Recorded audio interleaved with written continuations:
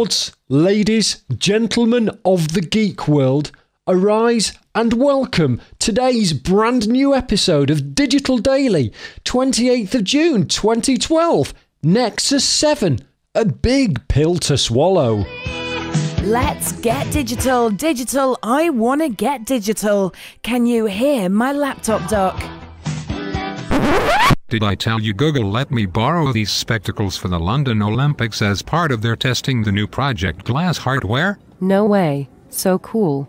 What did you do with them? At the track and field events I was able to blink and take photos of runners crossing the finish line. Nice.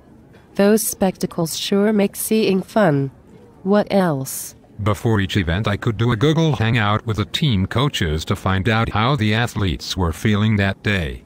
All I had to do was wear the glasses and there they were, and so was I. I have literally never heard anything so amazing in all my life. You think that's amazing?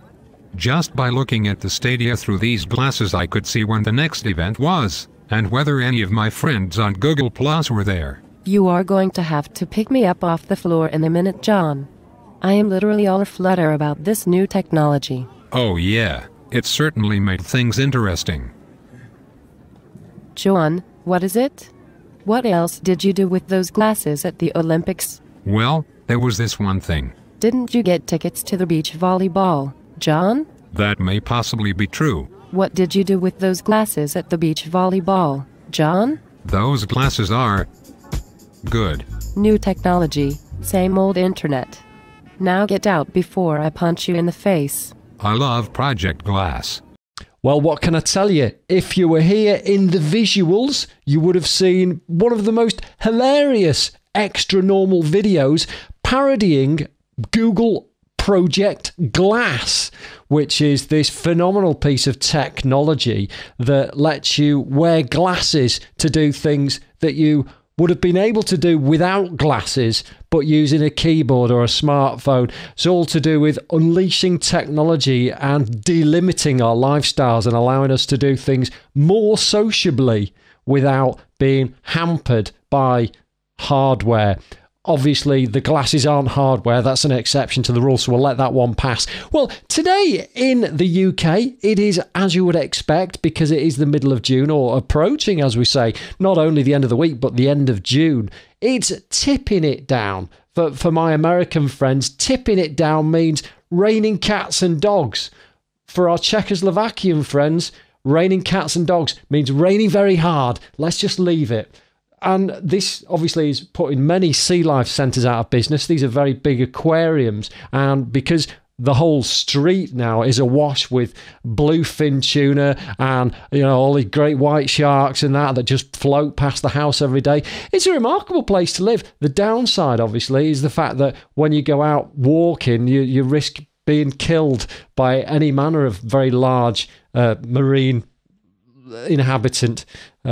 Let's leave that story there. Today we've got an absolutely amazing, you know, this morning when I came across the landing to do this, I mean, you might find it hard to believe, but this isn't a professional studio. One day, maybe. Did I tell you about sponsorship availability? When I came across the landing, I thought, you know, it's been a little bit light on news this past 24 hours in the tech world. And all of a sudden, my eyes opened wide and I was like, booyakasha! There's tons going on. And of course, yesterday I trailered on the Twitter at Dave Thackeray the fact that it was the beginning of Google's I/O conference. I think I/O stands for something like interface, but I'm not that ingrained in the nerd world to know this sort of stuff. But I know, you know, it involves connecting other stuff to other stuff, a bit like NFC, near field communications, that I'm going to talk to you about in just a second. However, the world of tech now, therefore, thanks to Google et al., has exploded. And we're going to start off the random segue of thirsty tech news with stuff that came out of the conference, and also a tablet that you, my friends, will want to know about. It is going to set the world on fire. Kindle Fire there being a bit of a link. I'm sure people over there will be running scared when they hear what I've got to say. We've got loads coming up. We've got the Wirecutter, which I believe to be arguably the best website in tech because it stops you wasting your cash. We've got the 10-minute guide to SEO. I'm not going to go on about that because the actual story itself isn't that much longer, and I don't want to make it 10 minutes and a second because then you'd be wasting your time because the whole thing only takes 10 minutes. A little bit of a story about a brand new book coming out soon that you have to read if you get freaked out by the future of warfare and autonomous drones. Quite exciting. Something cheeky that's going on in Sweden. A little bit about how to superpower your social efforts. We've got a little bit of a stuff about LinkedIn and a killer tip that you need to use to cut yourself apart from the rest. Sounded almost like you're in surgery, but it's a social media surgery that can only benefit your core d'essence or your core of being, which is the same thing. And finally, something else about video. But let's go straight to the chase and get stuck into Digital Daily for the 28th of June 2012. Let's rock it. Here's Dave Thackeray. You don't know what you're dealing with. I have to say, yesterday was a big day. I went over to the Google I/O conference Google Plus page. Very, very funky. There'll be perhaps some links in the show notes. I hadn't expected to talk about this. One of the benefits of this show is that I can be entirely spontaneous, a bit like Allard Jones on Radio 2 at about 5:30 in the morning. Certainly a welcome replacement for Vanessa Felt, who in turn is replacing Jeremy Vine on Radio 2 in the early afternoon slot just before Steve Wright. I get a lot of work done. I just happen to listen to radio and I know all the scheduling because I'm obviously radio minded, and that's great. Google now had that page and it's great, but when I saw it yesterday it was like 10 hours and 45 minutes until the whole thing kicks off, and I was like, God, I'm never going to be up then. I've got a chat with Kelly Kim from Twillah, TWYLAH.com, who's going to be appearing in next week's Dave's Digital Delight. But it didn't happen, but it was my fault because the scheduling was to cock. But anyway, I realised at that time that I wasn't going to be there for the launch of the Google I/O conference. But I tell you what, there were a lot of people there, Engadget, all sorts of people. There are others, the other brands may be available. And it clearly became evident that Google was bringing out the big balls, and I'll get to you later. And the exciting thing about that was that, you can really feel that though Google has lost its way over the past 2 to 3 years, its essence is search, but it's been trying out all these little platforms like Buzz and Wave, fail and fail. And, finally, I think it's starting to find its way again. And it seems to think the future is technology that doesn't so much need technology or shouldn't be overtly technological. It should be about embedding and weaving itself into our lives. And that's what Project Glass is all about. If you were lucky enough to see this as a video and have to put up with looking at me right now, then earlier doors you would have seen a comedy video from extranormal.com. I use comedy in the loosest sense.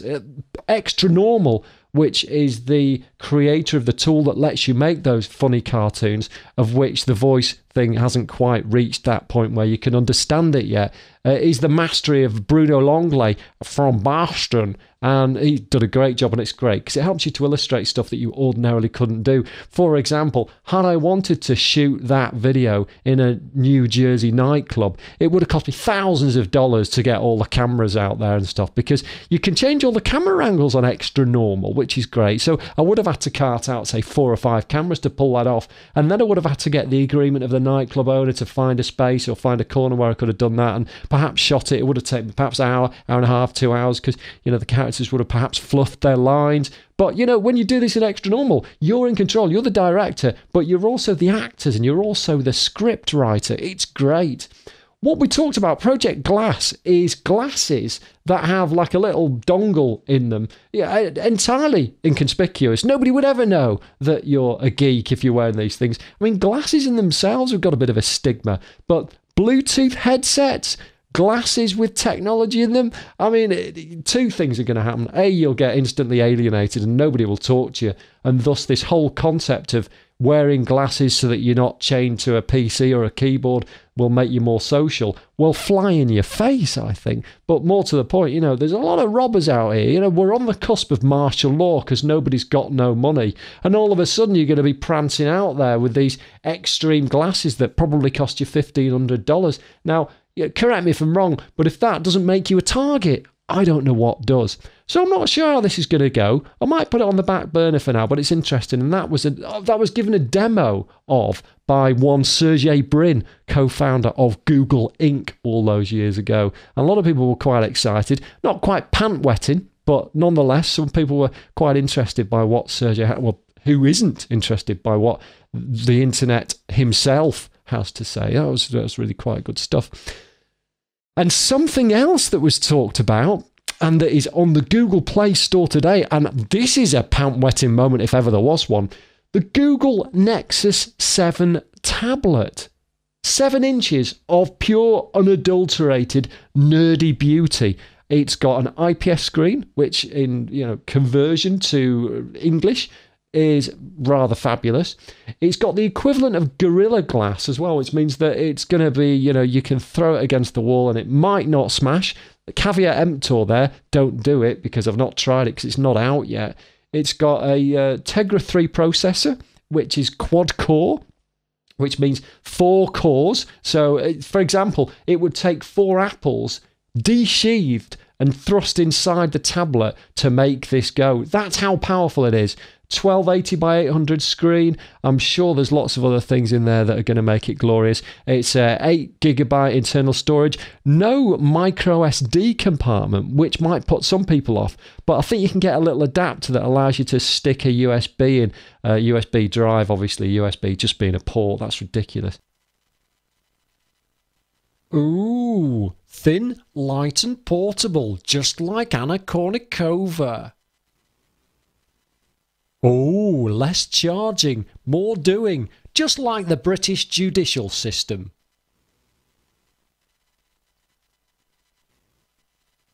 The Google Nexus 7. And it's got NFC as well. We talked about that earlier. Near-field communications, which allows for contactless payments and also kind of seamless data exchange.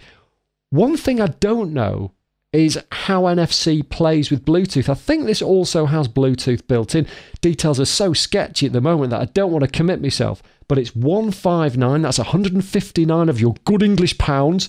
And for that, right now, booking ahead with a lead time of 2 to 3 weeks. So we're expecting this to be out around about the 12th of July, if not slightly earlier or slightly later. How about that for commitment? You get a £15 voucher to spend at the Google Play Store, which in turn means you can get films like Rock of Ages, but without actually paying for it, but doing it the entirely ethical route without having to resort to torrents. So check that out. I think the Nexus 7 will upset the Apple cart. I just thought of that then. And this is the good thing about it, because competition is healthy, and the Kindle Fire as well, blown right out of the water. Don't know how this is going to deal with things like ebooks. Don't know how the screen will handle it. But with it being an IPS screen, there's every chance it might be something that you'd be reaching for your wallets to acquire sometime soon. So go check that out. There'll be a link on the show notes for Digital Daily over at davethackray.com, where you'll be able to get to the Google Play Store and read to your veritable heart's content about the Nexus 7. Exciting stuff. Right, now I'm going to move into more of the normal terrain now. So less Google, more web or digital specific, with a tale of what Google's doing for small businesses. And you might be aware, but they have a small business help video channel on YouTube, which also belongs to Google. Did I say I was going to stop talking about Google? I better stop talking about Google now. And this thing I want to talk to you about right now is a 10-minute video that Google has created on mastering SEO. I've seen a lot of videos about SEO, but when it comes from Google, and Google, typically speaking, is the only business that really matters, except for Bing and Yahoo, but Yahoo doesn't really matter at all anymore, does it? Come on, let's be honest. Apart from for Yahoo Pipes, which is great for mashing up feeds. Let's not go into that. It's been in a past episode of Digital Daily. Google are telling you how to master SEO. This is gold dust. You want to know everything that this very, very cute Asian lady has to say about SEO. And it's 10 minutes, and the video is at the show notes, davethackray.com. Check it out. I think you get an awful lot out of it. I'm excited, and half of my face, that side, is completely bleached out by the sunshine. So I'm obviously cock-a-hoop about this news, and I want you to be too. Now, I did promise my good now friend, or my now good friend, or maybe he doesn't think he is a good friend, but I have to say, if he was, I'd be delighted. Brian Lam, which is at BLAM on Twitter. Go follow him because he's ace. Has been creating this site for what seems like forever. I say creating, not created, because I think it's constantly evolving, called Wirecutter.com. And again, that might well be in the show notes. Don't want to go on about that too much because I start sounding boring and trite. Maybe a little bit too earnest too. I wouldn't want that. You know, I'm certainly trustworthy, but I don't want you to feel like you can come round to my house and have tea with me unless you've been invited. Brian Lam has devised this site which kind of curates the very best gadgets from across the web and makes sure that you don't get ripped off or waste your money. Now, Brian is a former editor of Gizmodo, which is one of the most reputed news sources for tech on the web. Or at least it was during his reign. Who knows now? I never read it. And the thing about the Wirecutter is he assembles the best minds in tech, the experts across all of these different fields, from barbecuing to tablets to photography to proper computers and all sorts of Bluetooth, probably, I don't know, NFC, get Nexus 7, probably got experts in that already. And he works all of these reviews out, puts them on his site and basically tells you, buy this stuff, it's great. Because we know it is, because we're the experts, and we've tested this exhaustively. As you may be aware, there are a few things in life more frustrating than a bear with a beard. Well, look no further. At thewirecutter.com, we've got you covered. The wall, all-in-one trimmer. Now, with 4 great reviews. Stroke comments. Thewirecutter.com, to me, is almost kind of one of those go-to sites that I always have. You know, we all have tech envy. We all have the green-eyed monster now and again when, your pal's got the iPad 29 and it's like, oh, great, there's a microchip that you implant in your head and, oh, I want to feel, what if it rusts? You can get the answers to questions kind of like that over at thewirecutter.com. It is the definitive Bible on everything that's great about tech that you can buy. So check it out. I don't want you to get any more excited than that because you might explode. Now, let's divert for a second to tech books. Now, that means that they might be available on paper. So, if you've got some sort of a geeky filter here, you might just tune out for a few minutes because I'm going to talk to you about Daniel Suarez's new book, which is called Kill Decision. I'm not sure whether that's like Kill Decision or Kill Decision or Kill Decision. It doesn't matter. It's the 3rd book, and he's being pitched as the next Michael Crichton, is Dan Suarez. It could be the next Dan Brown, but on a technical side, because it'd be nice because he'd be sort of handing over his first name, his Christian name, and so on. Because I haven't seen anything new from Dan Brown for a while. I wonder if it's the same guy, but he's just changed his surname. He's 47, this chap. He's a former IT consultant turned best-selling author. And I'll tell you something, this is quite an interesting one as well. Leo Laporte cites him as one of his favourite creators of scripture. And that's exciting as well. There's 2 things that have happened. He's written something called Demon, which was his first novel, which isn't like Angels and Demons by Dan Brown. It's Demon as in the computer version, which is DAEMON. I won't do that in police letters because I'll just get confused at what M is. I can't remember. I used to know it when I was at journalist school and I've forgotten it ever since. A bit like the ability to do journalism. It's very exciting. I want you to take a look at that. It's out July the 19th. I'll speak to you later as well. Oh, actually, maybe I'll speak to you now. July the 19th is the publication date. It's by Penguin, and I'm very excited about it. If I had a screen grab of the cover right now, you wouldn't have to look at me. You'd be able to look at that instead. So, regretfully, the cover has to wait. But I will do you a nice smile. Yeah. I can't do anything about the tea. Well, I could, but it cost me several $1,000s, and I haven't got a sponsor for Digital Daily yet. So you'll have to wait. If you want to buy me some new teeth, then why not sponsor this show? I'd be delighted to take you on, as long as it's not rude. I've got a God to fear. I don't want to make matters worse with that. We're going to sort of meander towards the end now of Digital Daily for today, because you have put up with more than enough, my darling, darling friend. Incidentally, I said yesterday you were wearing quite a nice top. I've got to say, that dress suits you. Sorry, John. I was looking at the girl behind you. Yeah, no, nice polo shirt. Yeah, maybe wear a tie tomorrow, though. Put a proper shirt on, because you're looking a bit scruffy. The absinthe is starting to show in your eyes. Social. I've been listening to a show for quite some time called The Social Hour, which is by a lovely lady called Amber Mack. And I say I've been listening to it forever, yet here I am unprofessionally looking at my notes, because I was going to give the co-host the wrong name. Sarah Lane is the right name, thankfully. They were on with Margaret Atwood in the latest incarnation of this show. She's apparently a Canadian writer. I've never heard of her, but apparently lots of people have, which is nice. She's got about 300,000 followers on Twitter. Not that that means anything, because you could probably get 300,000 followers really easily by talking about cats or selling your next $97 product. So what does that mean? But she's a very good author. In the latest version of The Social Hour, Lane and MacArthur talk about... Sorry, MacArthur. They talk about this thing for LinkedIn, which is the ability to create a video profile on your LinkedIn profile.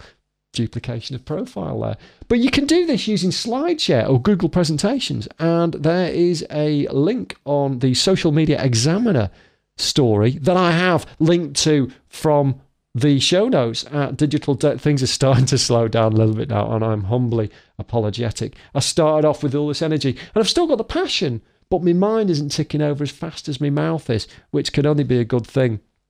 I recommend you add video to your LinkedIn profile, my gorgeous, gorgeous friend, for the simple reason that it sets you apart from the competition. And we've talked about that at davethackray.com for what seems to be a half dozen lifetimes.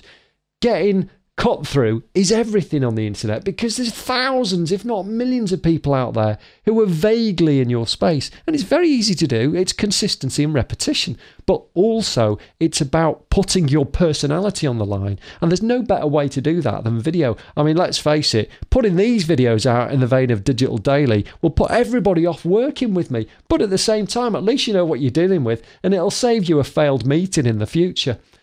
Get that on. Get over to socialmediaexaminer.com on the link that I provide on the Digital Daily show notes, and I think that will rock your world. And lastly, I've jumped ahead of myself. I've probably missed something out, but nevertheless, I don't want to take any more of your time. We're on 20 minutes and 51 seconds already. Viewbix. Viewbix presents you with a wrapper which you can put around your video, and it will include social links, it can include RSS feeds, it can include little buttons and stuff, so that when you embed that video on your site or you send it out via the social shares, people will be able to get more information about the contents of the video. Free service, Viewbix. Go and check it out. I think it's viewbix.com, but show notes will provide you with the specific details you need. And lastly, and I said about the social streams, because I also talked lastly as well, but this really is lastly. Sweden. A bit of bother recently, a couple of weeks ago. I'm always late to the party with these sort of things, but the New York Times, I believe, reported on Sweden used this quite unique feature, and I applaud it, where they appoint randomly a citizen of Sweden every week to curate the @Sweden Twitter account, which is great. You get some very interesting people, and specifically got some very interesting people just the other day when what do I call it? I'll get away with this while still being G-rated, or PG.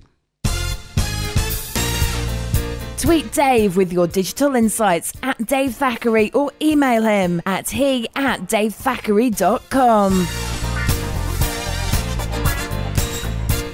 A lady who, let's say, was slightly controversial in the Jewish/Nazi department started saying things that a lot of people weren't fond of. And with Twitter being truly global and the international nature of the web, spread like wildfire, and there was controversy like, why does Visit Sweden let anybody Twitter on the Twitter account? It's crazy. And especially now when the woman was making quite lewd remarks about a race or a nation or a religion, one of those three. You choose, multiple choice.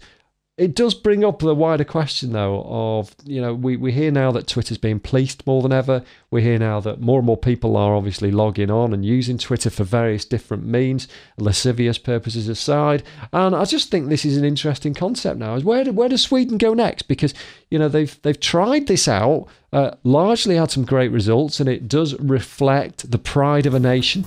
But when things go awry, what do you do next? Do you pull the plug? Do you find different people? Do you write it off as an episode of shenanigans or what? I'd be interested to hear what Sweden's next move is. This is officially complete for the 28th of June 2012. You've been listening to Digital Daily. I thank you 1 million times for being with me today, and I can't wait to join you tomorrow, which is Friday, which is the day before the weekend, which are the days before Mondays. Back at you again. So the one thing left to say is have a digital day.